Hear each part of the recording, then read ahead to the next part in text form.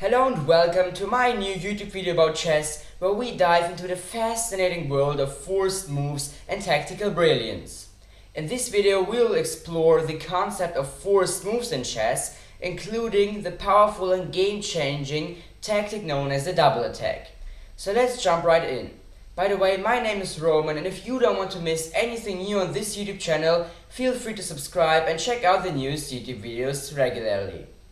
Chess moves can be classified as forced, meaning they create a threat against the opponent, compelling them to respond with limited, often the only possible moves. One of the strongest and most used forced move is obviously the check, where a player puts the opponent's king in danger by targeting it. The check is a fundamental tactical idea in chess, and defending against it often can be very challenging. To get clear on all of this, let's just take a look at an easy example. In the position you can see right now here on the chessboard, White manages it to destroy his opponent in the following moves, resulting in a checkmate. By a series of continuous checks, also including two crazy rook sacrifices, they get the queen on the very important and dangerous h7 square and win the game like this. It all starts with rook to h1 with check, forcing, here you have this is a forced move, forcing the black king here from h8 to escape on the only possible square, which is g8, on which we sacrifice now our first rook by moving it on h8. And this is a forced move for our opponent again, because they are forced to capture our rook now with the king, because they cannot escape on f7, because we have a pawn on g6 here. So they are forced to capture our rook on h8, on which we do the same thing, sacrificing our rook now, but this time the rook on e1. Check h1, king escapes, rook sacrifice, and the king is forced to capture our rook on h8. Now we have sacrificed two rooks, and now the first rank of the chessboard got opened for our queen on c1, which is very important, because now we play queen to h1 with check, the king escapes on g8 now for the third time. 3 times in the last, some moves, we have forced our opponent's king to escape on g8, on which we play now the crazy move and also winning move, queen to h7 with checkmate. So here you can see now that the forcing rook sacrifices against the black army enabled us the win. Another powerful tactical idea in chess to force your opponent's moves is the double attack. A double attack, which I've already announced, occurs when one chess piece simultaneously threatens 2 or even more of the opponent's chess pieces. It can be executed by any chess piece on the board, and it often leads to gaining lots of material advantage on the chessboard. For example, in the position you can see right now on the chessboard, White initiates a double attack by playing the great move pushing the f-pawn from f4 and f5. Because here the white pawn attacks now the black rook on e6 and the black queen on g6 both at the same time. But well, you will just think that black can capture our f5 pawn with his bishop, which he already does. But here we still have something for our opponent, because now we play the crazy and winning move queen to c5, initiating the second double attack in order. Because here we are not only attacking the black bishop on f5 with the second chess piece, but we are also threatening with a crazy checkmate after queen to f8. Therefore our opponent, so the player who plays the black chess pieces, is forced to at first take care of the checkmate threat, and because of this we will win the black bishop here on f5. Now let's witness another classic example of the tactical combination with the double attack.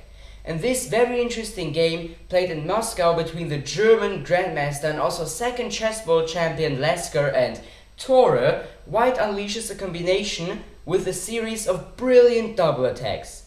We can see that the white bishop on g5 is pinned by our opponent's queen on b5, but he also gets attacked by the black pawn on h6. But actually a chess piece which is pinned only gets completely immobile, so only cannot move away, if it is separating the king, so it would be a check if it would move away.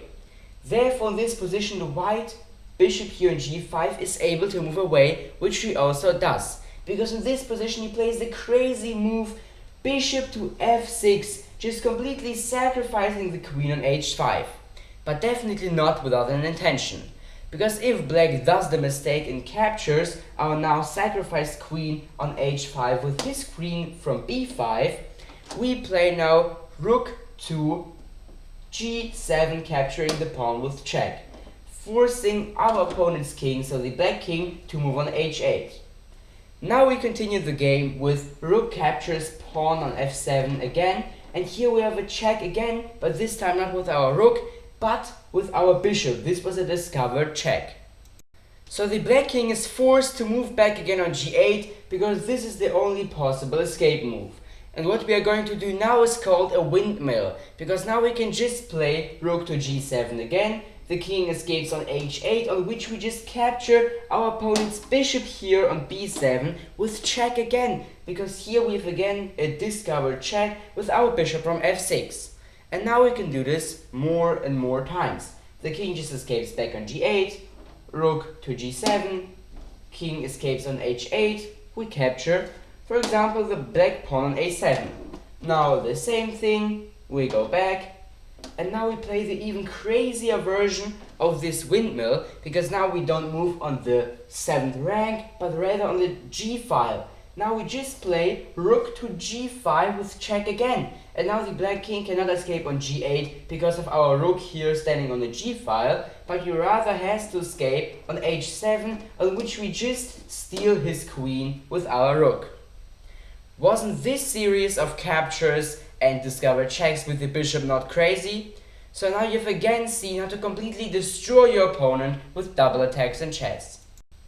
But before this video ends, I would like to show you briefly the third option of how to force your opponent's chess pieces moves. And that's just a simple capture. In the position you can see right now here on the chessboard, the black knight on c5 and the black bishop on e5 are getting forked by our pawn on d4.